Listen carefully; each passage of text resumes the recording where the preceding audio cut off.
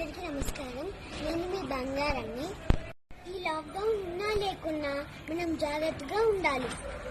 రోజుకు 2 సార్లు స్నానం చేయాలి.